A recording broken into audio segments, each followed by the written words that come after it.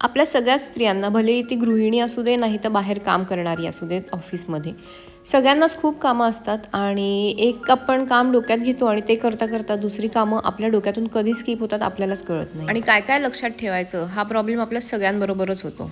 आणि हे सगळं मॅनेज करण्यासाठी मी एक प्रयोग करून बघायचं ठरवलं आहे, तर तो तुमच्यावर या व्हिडिओमध्ये मी शेअर केलेला आहे.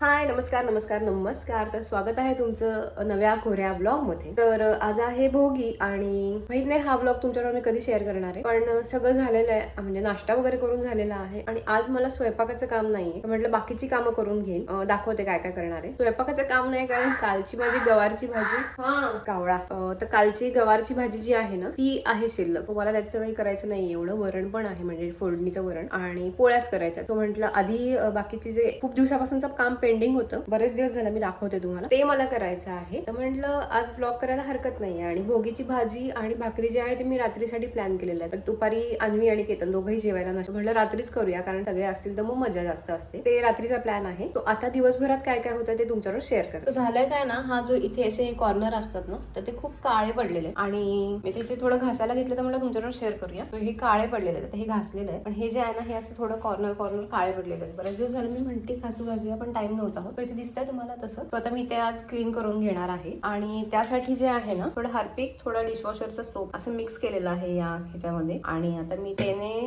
ते स्प्रे करून मग घासून घेणार आहे.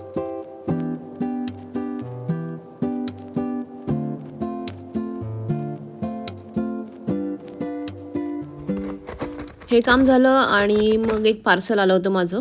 काय आहे ते दाखवते तुम्हाला पुढे, पण म्हटलं आधी चेक करून घेऊयात, कारण काचेचं होतं.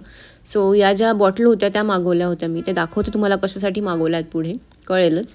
सो काचेच्या होत्या, म्हटलं एकदा चेक करून घेऊयात सगळ्या, कारण 12चा सेट आहे. खूप छान आहे आणि मला ते काचेचंच हवं होतं, प्लास्टिक नव्हते पाहिजे कंटेनर.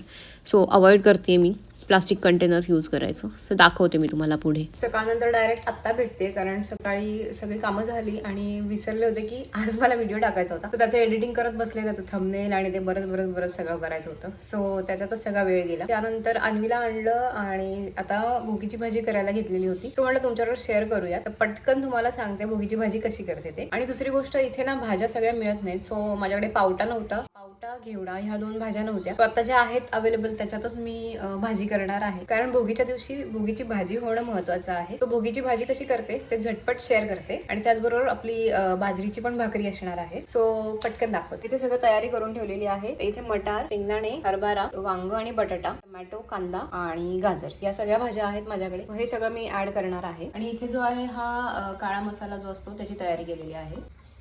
सो तेल टाकून झालेलं आहे आणि आता मोहरी टाकते. मोहरी टाकलं की जिरं आणि मग कांदा.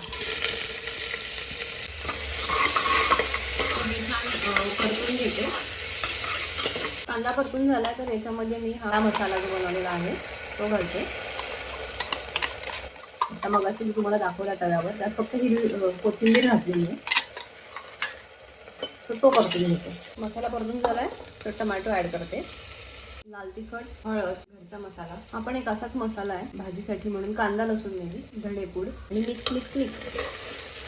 मीठ टाकलेलं आहे त्याच्यामध्ये. आता सगळ्या भाज्या, बटाटा आणि वांग, गाजर, हरभरे, मटार आणि शेंगदाणे छान परतून घेते 1-2 मिनिट. आता हे परतून झालं तर याच्यामध्ये मी हे मसाल्याचं जे भांडं होतं त्याच्यात मसाला केला होता मिक्सरचं, तर त्याच्यात थोडंसं पाणी घेतलं आणि त्यात ॲड केलं. मस्त मिक्स करूया आणि कुकरचं झाकण लावून एक शिट्टी घेणार. इथे आता बाजरीची भाकरी करणार आहे. तुम्हाला थोडंसं मे बी वेगळं वाटू शकेल, पण मी भाकरी जी आहे ती लाटण्याने लाटूनच करते, कारण माझा थापताना जो हात आहे ना खूप जड होतो, म्हणजे खांदा नाही, दंडामध्ये असा पूर्ण असा टाईट झाल्यासारखं होतो. त्याच्यामुळे मला ते थापता येत नाही समहाऊ. त्यामुळे मी लाटण्यानेच लाटते आणि मला चांगलं जमतं पण लाटण्याने. सो इथे ना तुम्ही कोणतीही जरी भाकरी करत असाल ना, मी हे बिगिनर्ससाठी किंवा जे नवीन भाकरी करायला शिकलेत त्यांच्यासाठी आहे ही टिप. तर तुम्ही आहे ना खाली पीठ घेताना हे नेहमी तांदळाचं पीठ घेत जा आणि मग बघा भाकरी त्याच्यावरून केवढी छान सरसर म्हणजे अशी पटपट हलते, चिटकत नाही खाली. हे मला खूप छान वाटतं, कारण तांदळाचं पीठ थोडं रवाळ असतं ना, तर त्याच्यामुळे ती भाकरी अशी हलते आणि खाली न चिकटता गोल छान फिरते. ही एक टीप होती माझी.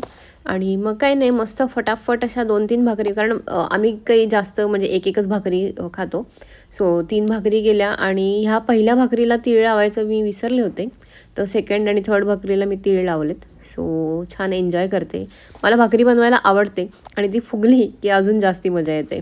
मी काही अशी एकदम प्रो वगैरे नाही आहे भाकरी बनवण्यामध्ये, पण मला जेवढं पाहिजे तेवढी मला येते, त्यामुळे मला आवडतं.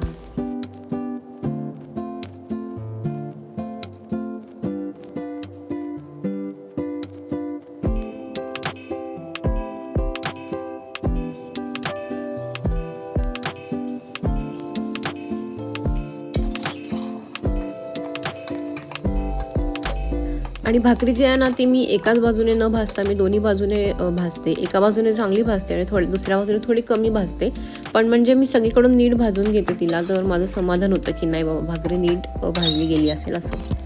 आणि इथे भाजी पण रेडी आहे. तुम्ही बघू शकता किती छान कलर आला आहे. सो मला तर भोगीची भाजी खूप आवडते. तुम्हाला कोणाकोणाला आवडते नक्की खाली मला कमेंटमध्ये सांगायला विसरू नका. अँड येस, हा आमचा साधा सोपा सरळ असा मस्त जेवणाचा जो मेनू होता तो तयार झाला होता. भोगीची भाजी, भाकरी आणि लसणाची चटणी, मस्त यम्मी डिलिशियस.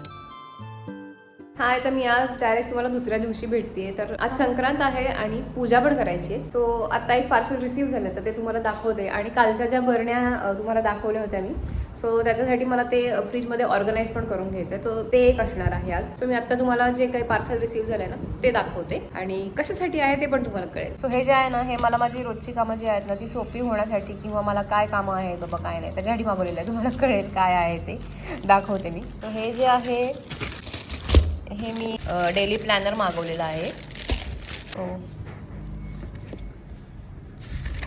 क्वालिटी पण चांगली आहे. तुम्हाला हवं असेल तर मी खाली लिंक देईल. सो हे सगळं छान दिवस प्लॅन करण्यासाठी आहे, की मला जे कामं करायचे आहेत काय नाही करायचे त्याच्यासाठी. मी नोटबुकमध्ये पण करू शकत होते, पण हे जरा किती चांगलं सिस्टमॅटिक आहे आणि स्वस्त आहे, त्याच्यामुळे मी म्हणलं ट्राय करून बघूया, जरा ट्राय देऊया. तरी ना पाणी पिण्यापासून ते एक्सरसाइज आणि घरातली रोजची कामं हे सगळं डोक्यातच राहतं आणि ते पुढे काही होत असतं. त्याच्यासाठी म्हटलं की हे जे आहे प्लॅनर ते मागूया, जरा चांगलं राहील. आणि लिहून काढलं फटाफट की आपल्याला त्यानुसार दिवसभराची कामं जी आहेत आणि काय महत्वाची कामं आहेत किंवा काय बाहेरची कामं आहेत किंवा खर्च किती झाला, पाणी किती प्यायलो, तर ते सगळं आहे त्याच्यामध्ये. आणि आजचा दिवस कसा होता, तुमची हेल्थ कशी होती, तो सगळं आहे. तुम्ही आज सगळं बघते करून कसं होतंय काय नाही, कारण मी खूप एक्सायटेड आहे की एक्साइटमेंट लेवल जास्त आहे की मला प्लॅन करायचंय म्हणून रुटीन. बघूया कसं होतंय. आणि मला सकाळी लवकर उठायचंय. मी अर्ली बर्ड नाहीये बिलकुल. मी रात्री कितीही जागू शकते, मी सकाळी लवकर उठू शकत नाही. आणि मला प्रयत्न करायचा की मला सकाळी लवकर उठायचंय आणि दिवसभराची जी कामं आहेत काय आहे ते सगळं म्हणजे छान शेड्यूल करायचंय, रुटीन ठरवायचं. सो त्याच्यासाठी प्रयत्न चाललेला आहे. बघूया, करते आणि तुमच्याबरोबर पण शेअर करेन. आता सगळ्यात मोठा टास्क कंप्लीट करायचा आहे, तो म्हणजे या कपड्यांच्या घड्या घालायच्या. सो आता आधी हा जो ढीग लागलेला आहे तो मी कपड्यांच्या घड्या घालते. आणि घड्या घालता घालता तुम्हाला सांगते त्या मागची गोष्ट. खरं सांगायचं ना तर कपडे घडी करणं मला फारसं काही आवडत नाही, पण म्हणजे ते वाईट काम आहे असं नाही, पण नेहमीच टाळलं जातं माझ्याकडून. आणि मग काय होतं ना, कपडे पडून राहतात आणि हळूहळू साठत जातात. मला वाटतं कपडे घडी करणं हे असं काम आहे ना, जे आपण आज नाही उद्या नको परवा असं करता करता पुढे ढकलत राहतो. आणि पण जेव्हा खूप कपडे साठतात ना, तेव्हा एक दिवस असा येतो की मग नाईलाजाने का होईना बसावंच लागतं कपड्यांच्या घड्या करायला. आणि आज अगदी माझं तसंच झालंय. मला ना ही सवय मोडायची आहे, पण बघूया मोडता येते का नाही, जमतंय की नाही माहित नाही. सुरुवात तर केलीये, प्रयत्न तर करून बघते, बघूया काय होतंय. तुमच्याबरोबर पण असं होतं का? जर होत असेल ना तर तुम्ही पण माझ्यासारख्याच आहात म्हणजे असं मला वाटतं. आय होप तुम्ही सुद्धा त्याच्याशी रिलेट करू शकत असाल.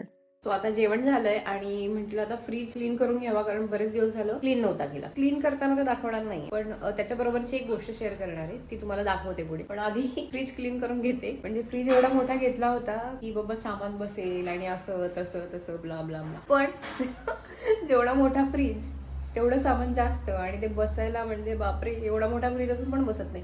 सो एक बाजू फ्रीजर आहे आणि एक बाजू फ्रीज आहे. एवढा मोठा फ्रीज घ्यायचा मागचं रिझन वेगळं होतं, ते कधी तुम्हाला पुढच्या व्हिडिओज मध्ये शेअर करेन. पण आता आधी पटकन फ्रीज क्लीन करून घेते आणि मग तुमच्याबरोबर शेअर करते जे काही सांगायचे ते. ओके, तर दाखवते तुम्हाला. इथे मी किचन मध्ये आणलाय हा साफ करायला, कारण मला त्याला किचन मध्ये आणायला लागतो, म्हणजे ह्याचा सगळा पसारा इकडे येतो आणि मग हा क्लीन करायला जरा इझी जातो. सो आता इथे थोडा क्लीन करून झालेला आहे. हा सेक्शन जो आहे ना तो दाखवते. हे जे डब्बे असतात ना, ह्याच्यासाठी मी त्या बरण्या मागवलेल्या आहेत. तर हे मी त्या बरण्यांमध्ये रिकामं करणार आहे. तुम्हाला दाखवते त्या बरण्या पण. या बरण्या आहेत ज्या मी तुम्हाला काल दाखवल्या होत्या. आता या बरण्यांमध्ये मी एक एक करून ते मसाले भरून घेणार आणि मग तुम्हाला दाखवते भरल्यावर, कारण भरत असताना नाही दाखवत. सो हे भरून घेते आणि मग दाखवते.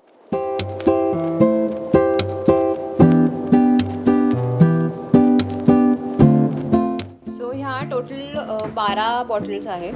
चांगला सेट मिळाला 12 बॉटल्सचा. म्हणजे काचेच्या आहेत आणि ते चांगलं आहे. मसाले भरायला आणि छोट्या छोट्या गोष्टी ठेवायला असा चांगला सेट आहे.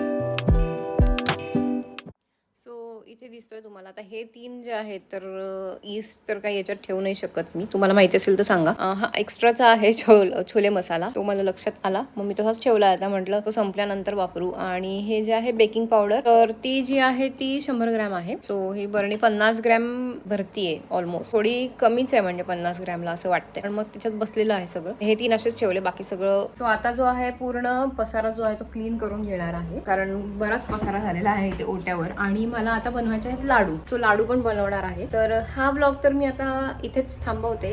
इथून पुढचा ब्लॉग जो आहे तो पुढे कंटिन्यू करेल. सो म्हणजे तो पुढच्या ह्याच्यात तुम्हाला दिसेल. हा ब्लॉग तर इथेच थांबवते. आय होप तुम्हाला ब्लॉग आवडला असेल तर लाईक करा, शेअर करा, आणि जर चॅनलवर नवीन असाल तर सबस्क्राईब करायला विसरू नका. आणि काहीही थोडंसं वाटलं तर खाली कमेंट करायला विसरू नका. काही चांगलं वाईट काहीही असेल तरी, म्हणजे मला पण जरा शिकायला मिळेल, किंवा काही तुमचे ओपिनियन्स असतील ते ऐकायला मिळतील. सो कमेंट करायला विसरू नका. चला, भेटते मी तुम्हाला पुढच्या व्हिडिओमध्ये. तोपर्यंत बाय.